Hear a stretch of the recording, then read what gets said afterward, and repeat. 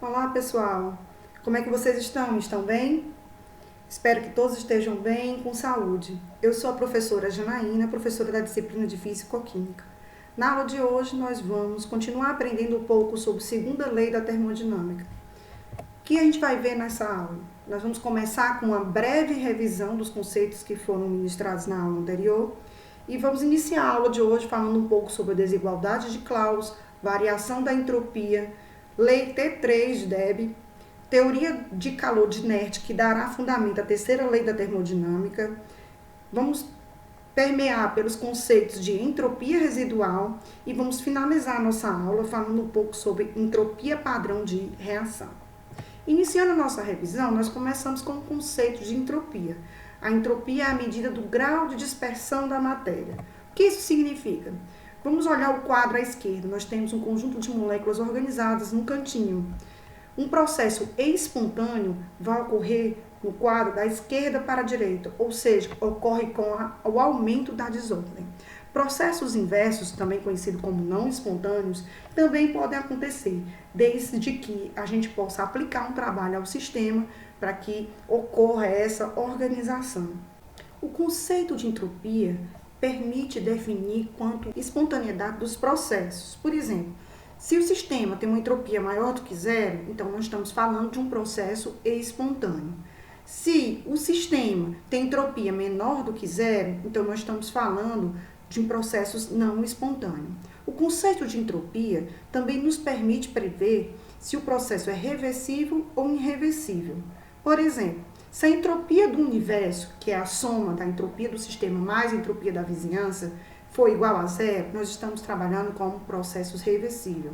Se a entropia do universo, ou também conhecida como entropia total, for maior do que zero, nós estamos trabalhando com entropia de processos irreversíveis.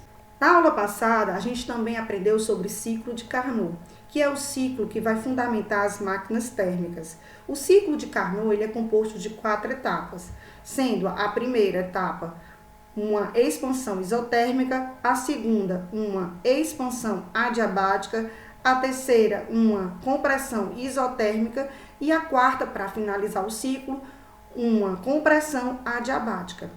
A entropia do sistema pode ser calculada através do calor da fonte quente dividido pela temperatura da fonte quente, mais o calor da fonte fria dividido pela temperatura da fonte fria. As máquinas térmicas, elas podem ser representadas de duas formas, as espontâneas e as não espontâneas. A espontânea, que é essa que vocês estão vendo à esquerda, ela usa o calor da fonte quente para realizar trabalho e tudo que não é usado para realizar trabalho é direcionado para a fonte fria.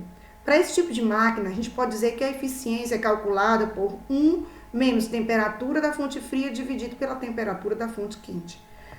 O segundo exemplo, ou seja, o exemplo das máquinas que não acontecem de forma espontânea, para que elas possam funcionar, elas têm que receber um trabalho.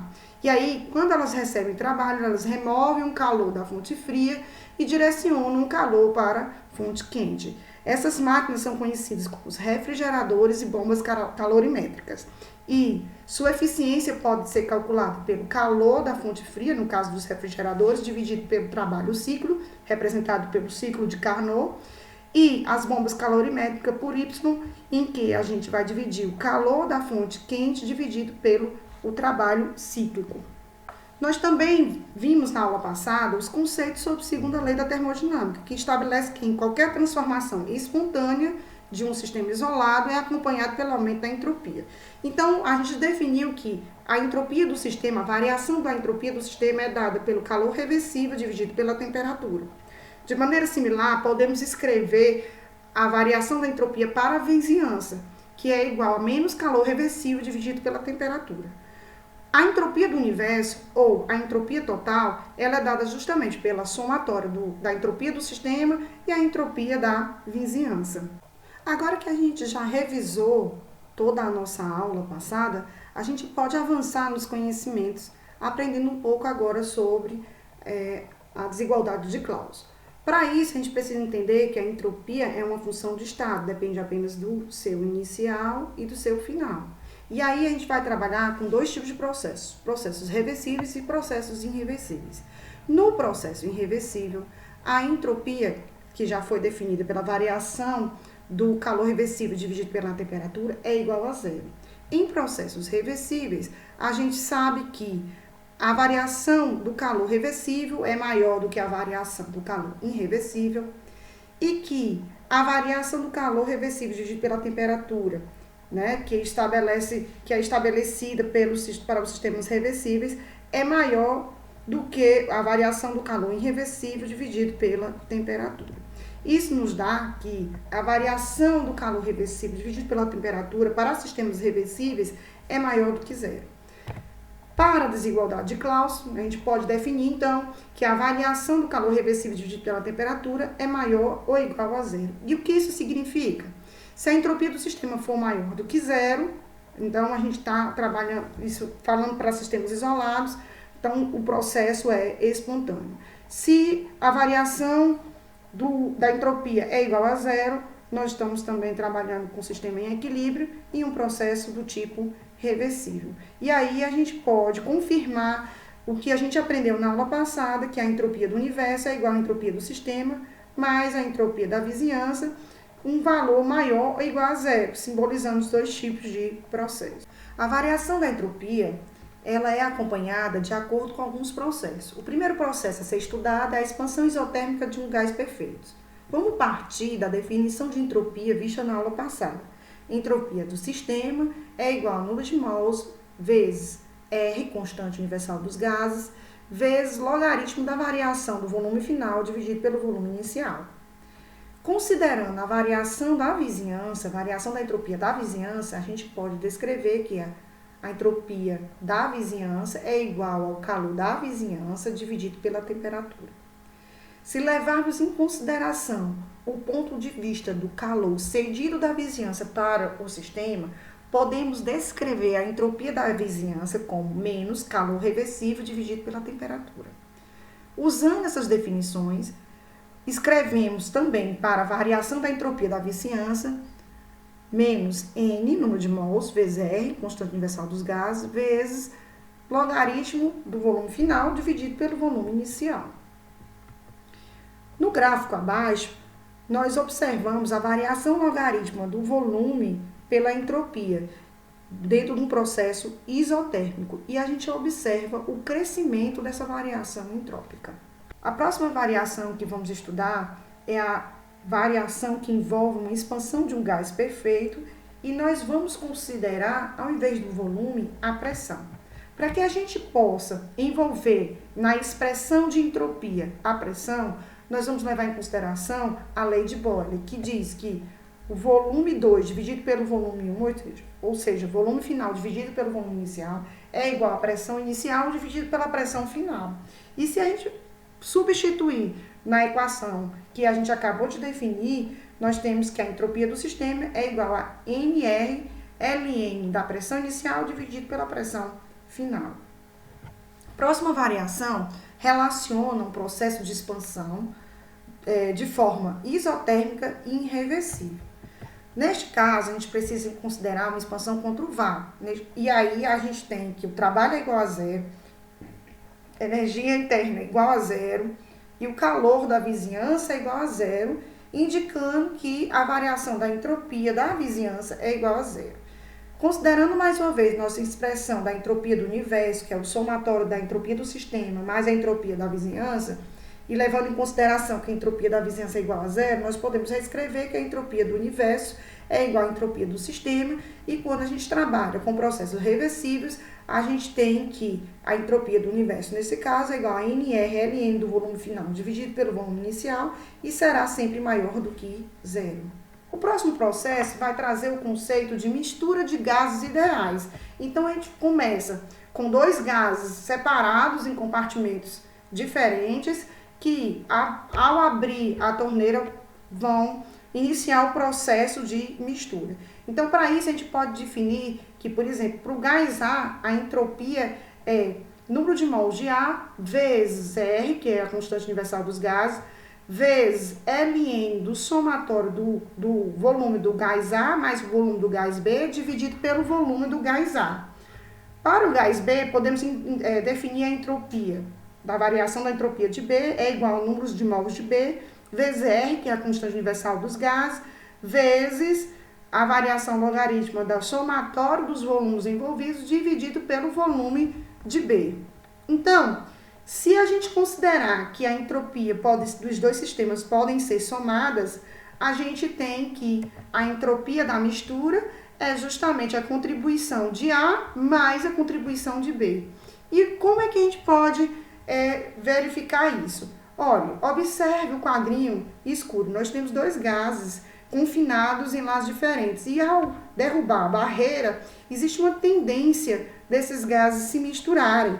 E aí a gente pode organizar a entropia da mistura em relação aos seus números de mols, considerando que Avogadro definiu a temperatura e pressão constante. Ou seja, para Avogadro, o número de mols é proporcional ao seu volume. Então, a gente pode simplesmente substituir os volumes pelo seu número de mols. E aí, nós temos que a entropia da mistura é igual ao número de mols de A vezes R, constante universal dos gases, vezes Ln, mais o somatório do número de mols de A e de B, dividido pelo número de mols de A, mais o que B contribui, que é número de mols de B vezes R vezes Ln do somatório dos números de mols de A e de B, dividido pelo número de mols de B. Então, para que a gente obtenha uma relação entre a variação da entropia dessa mistura com a fração molar, nós vamos inverter esse fator que está após o logaritmo, ou seja, o que estava embaixo vai para cima. E aí, quando eu realizo essa troca, ganhamos um sinal negativo na frente de toda a expressão.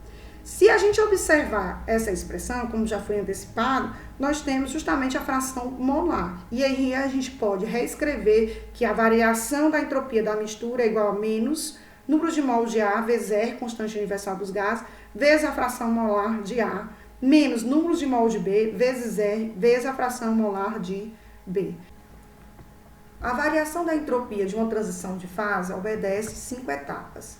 A primeira etapa é que a temperatura de transição é constante, toda a energia fornecida é aplicada na transição de fase, não para aumentar essa temperatura. A transferência é realizada de forma reversível e a transição ocorre a pressão constante. O calor fornecido é similar à variação da entalpia, então a gente pode escrever que a variação da entropia de uma transição de fase, seja ela uma fusão ou uma vaporização, é descrita pela ΔH da transição dividido pela temperatura de transição. A exemplo, nós estamos colocando aqui o derretimento do gelo do iceberg, né? E durante esse processo dessa transição, nós temos um equilíbrio de fases entre a fase sólida e a fase líquida. Então, vamos entender o que acontece na transição de fase. Nós temos aqui o gráfico, né? Na situação 1, nós temos uma temperatura mais baixa e na situação 2, uma temperatura mais alta. A gente observa que na temperatura mais alta ocorre um aumento da cinética das moléculas. Elas se movimentam mais rápido, então também tem um aumento da entropia. No entanto, a gente observa nos processos de fusão e nos processos de evaporação, a gente observa que a temperatura não varia. Então, o processo ocorre usando toda e qualquer energia para acontecer a mudança de fase. As entropias padrões observadas para a transição de fase de vaporização trazem pequenas diferenças, como vocês podem observar. Benzeno, 87, tetracloreto, 85, então elas ficam próximas de 80. Isso nos traz a regra de Thornton. Essa regra diz que a maioria das entropias de vaporização, elas são próximas de 80 Joule por Kelvin por mol. No entanto, quando a gente observa a molécula de água, a sua entropia de vaporização é maior. Isso acontece porque há uma desorganização maior devido às ligações de hidrogênio. Agora vamos estudar a variação da entropia com aquecimento. Vamos iniciar nossos estudos observando um sistema com as moléculas confinadas numa temperatura T1, que irá passar por uma temperatura T2, que é maior do que T1. Observamos um aumento da agitação molecular. Essa agitação molecular é devido ao aumento do movimento dessas ligações e das rotações das moléculas, seja ela de forma rotacional ou translacional. Isso faz com que a nossa entropia também aumente. Agora vamos ver matematicamente como isso acontece. Então, a gente parte do princípio que T1 é menor do que T2, que um processo é um processo reversível e que, portanto, a gente pode usar aqui a variação da entropia é igual à variação do calor reversível dividido pela temperatura, e nós vamos começar integrando essa expressão. Então, a variação da entropia, como é uma função de estado, é igual à integral de 1 a t da variação da variação do calor reversível dividido pela temperatura. Só organizando, a gente isola que a entropia final é igual à entropia inicial, mais a integral variando a temperatura de 1 a 2 da derivada do calor reversível dividido pela temperatura. Se a gente considerar que a pressão é constante, então a gente pode substituir o calor reversível pela entalpia reversível, e aí a gente continua considerando que a entalpia é igual a capacidade calorífica a pressão constante vezes a variação da temperatura. Substituindo na expressão, a gente vai obter que a entropia final é igual à entropia inicial, mais a integral de T1 a T2 da capacidade calorífica a pressão constante vezes a variação da temperatura dividido por T. Considerando que a capacidade calorífica é independente da temperatura, então a gente pode tirar a capacidade calorífica da expressão da integral e escrever que a variação final é igual à variação inicial mais capacidade calorífica vezes a integral de T1 a T2 de dt sobre T. Resolvendo a integral, nós temos que entropia final é igual à entropia inicial mais Cp ln de T2 T1. Se a gente considerar as frações molares, ou seja, que Cp, o cálculo de Cp é dado por mol, então o Cp ganha uma barrazinha e a gente pode escrever que a variação final da entropia é igual à variação inicial da entropia mais Cp molar vezes ln de T2 dividido por T1.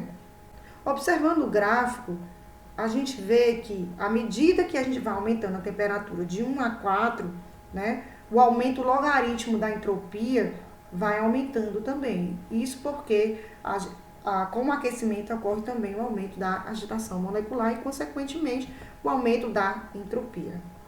Após estudar a variação de entropia de acordo com os processos, podemos agora medir a entropia total de uma substância, considerando o aquecimento desde antes do seu ponto de fusão até após o seu ponto de vaporização. Como é que a gente faz isso? Nós começamos a calcular pela entropia inicial, mais a entropia do aquecimento até antes do processo de fusão, ou seja, nós estamos considerando a integral variando de 0 até f de Cp dt dividido por T, mais a entropia do ponto de fusão, e aí nesse caso a gente calcula a entropia por ΔH de fusão dividido pela temperatura de fusão, mais a entropia obtida através do aquecimento do ponto de fusão até antes do ponto de vaporização, ou seja, eu estou considerando o aquecimento do líquido, então eu vou usar a integral de T final até T de ebulição Cp dt dividido por T, mais a entropia de vaporização, ΔH de vaporização dividido pela temperatura de ebulição, mais a entropia do aquecimento, considerando desde o ponto da transição de vaporização até a temperatura que se deseja, e aí no caso eu uso a integral de temperatura de ebulição até a temperatura desejada, Cp dt dividido por T. Bem, todas essas entropias podem ser calculadas calorimetricamente, à exceção da entropia inicial. Então, para calcular a entropia inicial, vamos observar o seguinte gráfico. Esse gráfico é dividido em 3 regiões. Primeiro, a região de aproximação de Derby, que nos vai dar o valor da entropia inicial. Na segunda situação, nós temos a região da integração do aquecimento e na terceira região, nós temos as regiões envolvidas aqui, as regiões de transição de fase, que aqui pode ser observada para a fusão e para a ebulição. A aproximação de Derby nos diz que Cp é igual a AT3. Para usar a extrapolação de Derby, a gente precisa entender que a temperatura deve ser menor ou igual a 15 Kelvin e T deve tender a zero. Dessa forma, a gente pode organizar as entropias considerando esses 9 processos. Vamos usar o exemplo do ácido clorídrico, né? Então, a gente vai, na primeira etapa, nós vamos trabalhar com a entropia inicial. Para isso, a gente precisa usar a extrapolação de Derby. Então, a gente usa Cp igual a AT3, que aí o valor dá 1,3. Vai somar o primeiro integral, que é a transição do sólido 1, que é o aquecimento do sólido 1. Então, a gente vai integrar o Cp, de Cp dt, que tem um valor de 29,5 Joule, Kelvin menos 1 mol menos 1. Na terceira etapa, nós já vamos estar no processo de transição de fase, que vai passar do sólido 1 para o sólido 2, né? E a gente vai usar a variação da entalpia dividido pela temperatura, e a gente tem um valor de 12,1. Quarta etapa é a integral do sólido 2 a 98,36 graus até 158,91 Kelvin, né? E aí a gente vai usar a integral de Cp dt, o valor 21,1. Na quinta etapa, nós vamos usar a fusão do sólido 2 para o líquido 2 a 158,91. Então, a gente vai usar a variação da entalpia dividida por T, 12,6. Sexta etapa, a integração da parte do aquecimento do líquido de 158 até 188,07 Kelvin. Então, a gente vai usar a integral de Cp dt e vai obter 9,9 Joule por Kelvin menos 1 mol menos 1. Sétima etapa, nós vamos trabalhar com o processo de vaporização do líquido 2 para o gás 2. E aí, nós vamos trabalhar no processo de transição. E aí, nós vamos usar ΔH dividido por T, né? Considerando a temperatura da transição de 188,07 Kelvin, vamos obter 85,9. Oitava etapa, nós vamos trabalhar com aquecimento, então nós vamos usar uma integração que vai nos permitir que a gente calcule a entropia usando integral de Cp dt, 13,5. E a nona etapa é apenas para considerar um gás real e a gente considera a contribuição de 0,92. Se a gente somar tudo, a gente vai obter que a entropia total é igual a 186,82. Então, nós podemos definir a terceira lei da termodinâmica através da aproximação de Derby. Então, vamos fazer as seguintes considerações. A entropia inicial, S0, é igual a zero quando T é igual a zero. A entropia total vai acontecer quando T2 for igual a T e a gente considera que T1 é menor do que T2. Vamos usar a seguinte equação. Variação da entropia é igual a entropia total menos a entropia inicial, que é igual a integral de 0 a T Cp dt sobre T. Considerando a teoria de Derby, ou seja, T menor ou igual a 15 graus, a gente pode usar Cp igual a T3. Não podemos deixar de fazer a observação que A é uma constante e pode ser obtida experimentalmente ou cedido nos exercícios. Substituindo na integral, nós temos que a entropia total é igual à integral de 0 a T, AT3 dt dividido por T. Resolvendo, a gente tem que a entropia total é igual a A, porque é uma constante que sai fora da integral de 0 a T, T2 dt. Resolvendo a integral, nós temos que a entropia total é igual a A, T elevado a 2 mais 1, dividido por 2 mais 1, que vai dar entropia total é igual a A vezes T elevado a 3 dividido por 3. Essa definição faz um embasamento de uma molécula tendo um microestado. Se eu substituir considerando apenas um estado de movimentação, então eu posso dizer que a entropia é igual a constante de Boltzmann vezes logaritmo do microestado, que é igual a 1, então eu posso reescrever a equação, que é constante de Boltzmann, vezes logaritmo natural de 1, que é igual a 0. E eu posso definir que quando o limite da entropia, quando T tende a 0 é igual a 0, então eu posso dizer que eu tenho uma substância extremamente pura e formando um cristal perfeito. Isso faz com que seja descrita a terceira lei. Então a gente parte de um princípio que nós temos um microestado e que o limite de S, quando T tende a 0, é igual a 0. Então isso nos define o teorema de Nash, formando um cristal perfeito. Então, eu posso reescrever o enunciado da terceira lei da termodinâmica como a entropia de todos os cristais perfeitos é 0 quando T é igual a 0. Vamos falar agora sobre a entropia residual. A entropia residual é aquela que continua acontecendo mesmo quando a temperatura é igual a 0 Kelvin, ou seja, a entropia é maior do que 0. Isso acontece porque os microestados são maior do que 1. É o caso da molécula do CO2 que nós estamos vendo na figura à direita. Quando isso acontece, nós podemos usar a entropia espectroscópica ou a estatística para calcular essa variação. Então, a entropia é igual a constante de Boltzmann vezes logaritmo natural do microestado. Essa entropia pode ser calculada através da diferença entre a entropia espectroscópica, ou seja, aquela calculada através da estatística, e a calorimétrica. Nós observamos no quadro várias entropias calculadas espectroscopicamente e caloricamente e também as suas diferenças. A exemplo da molécula de CO, que nós já falamos anteriormente, você observa que a entropia espectroscópica é de 197,95, a entropia calorimétrica de 193,3, fazendo a diferença daria 4,61 e isso seria equivalente à entropia residual. Lembrando que a entropia residual também pode ser calculada pela fórmula da estatística, em que considera R vezes ln de 2, que nós vamos ver por quê, igual a 5,77.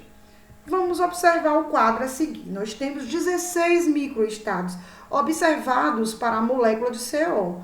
A molécula de CO, ela tem uma pequena diferença de eletronegatividade e pode se organizar no cristal de 16 maneiras diferentes. Então, como isso acontece? Vamos observar as orientações para duas moléculas.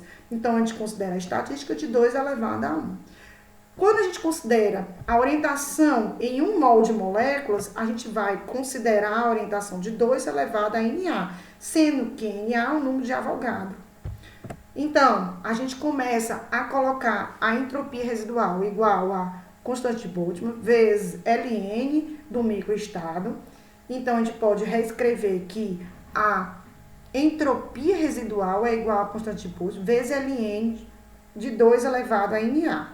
Considerando que a constante universal dos gases é calculada pela constante de Boltzmann vezes o número de Avogadro, então, e essa multiplicação é igual a 8,314, a gente pode ajustar a equação para que a constante de Boltzmann se multiplique com o número de Avogadro. E aí a gente obtém que a entropia residual é igual a R vezes Ln de 2. Resolvendo, a gente substitui o valor de R por 8,314 e obtém uma entropia residual para a molécula de CO igual a 5,75 Joule por Kelvin por mol. Após calcular a entropia, após aprender um pouco sobre a entropia residual, né, entender como é que ela acontece, a gente agora pode dar sequência aos nossos estudos e trabalhar com a entropia das reações químicas. Uma reação química, ela é composta de reagentes e produtos. E aí a gente tem que considerar tanto a entropia dos reagentes com a entropia dos produtos. Como a entropia é uma função de estado, então a gente considera com o estado final menos o estado inicial, e aí a entropia da reação pode ser descrita como se segue. Vamos considerar uma reação A mais B dando C, e esses números, essas letras minúsculas sendo seus coeficientes estequiométricos, vamos calcular que a entropia padrão da reação é calculada multiplicando o seu coeficiente estequiométrico pela entropia molecular ou a entropia por mol do reagente C, menos o somatório da entropia de A, entropia padrão de A, vezes o seu coeficiente estequiométrico, mais a entropia padrão de B, vezes o seu coeficiente estequiométrico.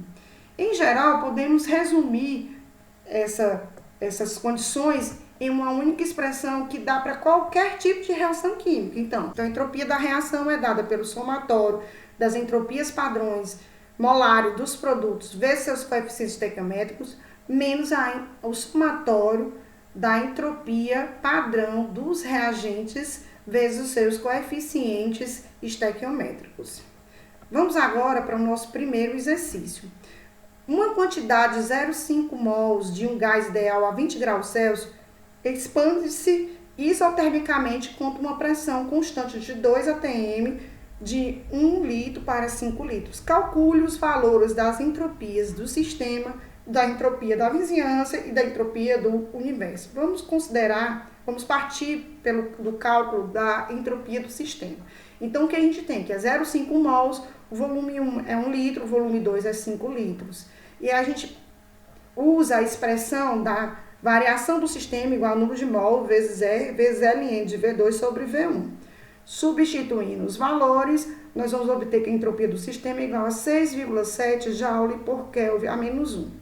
É bom lembrar que a entropia são valores pequenos e a gente sempre vai expressá-la em Joule, não por quilojoule.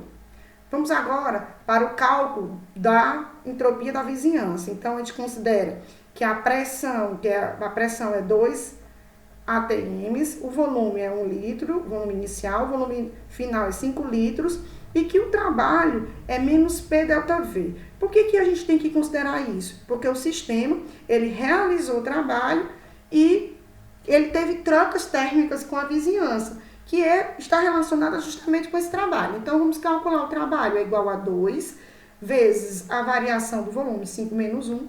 Então, o trabalho aqui vai dar menos 8, litros por atm. Lembrando que esse sinal negativo é porque o sistema realizou o trabalho. O próximo passo é simplesmente converter litro por atm em joule. E aí eu tenho que 1 litro atm equivale a 101,3 joules. E aí eu faço as conversões e obtenho que o trabalho é igual a menos 810 joule.